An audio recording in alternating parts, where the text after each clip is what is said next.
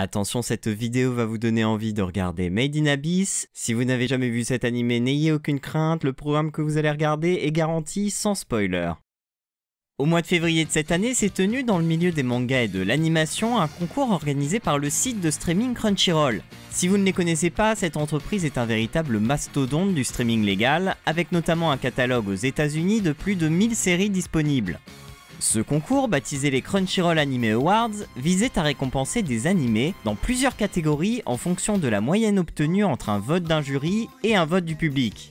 La participation du public a d'ailleurs été pas mal décriée. Les votes des internautes pour chaque catégorie avaient énormément d'importance et certains animés avec des communautés de fans très nombreuses ont simplement raflé la victoire dans toutes les catégories où ils étaient nommés. Mais une surprise de taille s'est glissée dans la catégorie du meilleur animé de l'année 2017. Alors que le grand favori était l'ultra populaire My Hero Academia, qui avait déjà remporté la quasi-totalité des catégories dans lesquelles il était nommé, c'est une toute autre série qui a remporté la prestigieuse Crunchyroll Anime Award du meilleur animé de 2017. Cette série, c'est Made in Abyss. Malheureusement, aucun JT national n'a couvert ni cet événement ni cette victoire surprise, et il est donc de mon devoir de réparer cette injustice en vous expliquant tout de suite pourquoi vous devez absolument regarder Made in Abyss.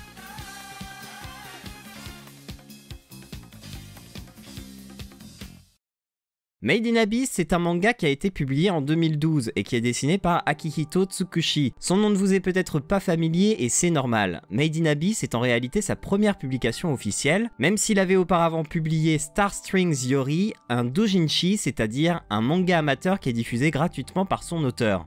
Le doujinshi en question racontait l'histoire d'une petite fille qui vit toute seule sur une petite planète et qui un beau matin se retrouve face à un fil qui descend tout droit des étoiles. Elle décide de l'escalader en espérant rencontrer à l'autre bout quelqu'un pour lui tenir compagnie. On y retrouve tout ce qui va être le style caractéristique de Akihito Tsukushi, un style de dessin très particulier, très crayonné, avec des personnages au visage très rond et qui sont souvent des enfants.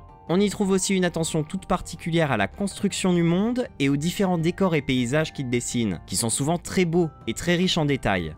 Avant de faire des mangas, Akihito Tsukushi a travaillé pendant 10 ans en tant qu'illustrateur pour l'entreprise de jeux vidéo Konami. Son style y était déjà très largement identifiable et il n'est pas improbable que le jeu vidéo ait été une inspiration pour la création de l'univers de Made in Abyss. Le scénario de Made in Abyss pourrait presque être celui d'un jeu vidéo. On y suit deux enfants, Riko et Lege, qui sont ce qu'on appelle des apprentis caverniers. Ils récupèrent des trésors en fouillant l'abysse, un gouffre insondable rempli de créatures terrifiantes. L'abysse est divisé en différents niveaux de profondeur, de plus en plus dangereux, et une mystérieuse malédiction plane sur les lieux et rend malades les explorateurs dès lors qu'ils tentent de remonter de l'abysse.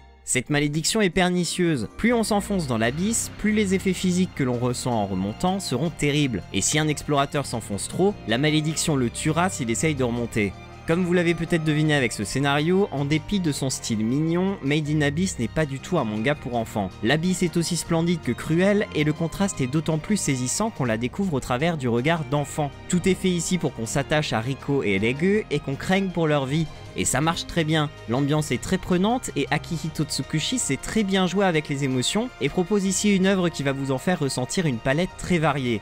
L'ambiance de Made in Abyss est vraiment unique et l'abysse y est pour beaucoup. C'est un endroit fascinant dont la faune et la flore ont été très bien travaillés et ils sont très bien décrits. Akihito Tsukushi a fourni énormément d'efforts pour développer un univers très cohérent qui mérite qu'on s'y intéresse. Pour les lecteurs du manga, il propose même de petites fiches sur le bestiaire de l'abysse entre chaque chapitre, avec des détails très intéressants sur le mode de vie de chaque créature. Mais vu que tout est basé sur l'ambiance, j'aurais tendance à trouver que l'adaptation en animé est plus intéressante. L'équipe qui s'est occupée de réaliser l'animé a d'ailleurs été choisie en ce sens.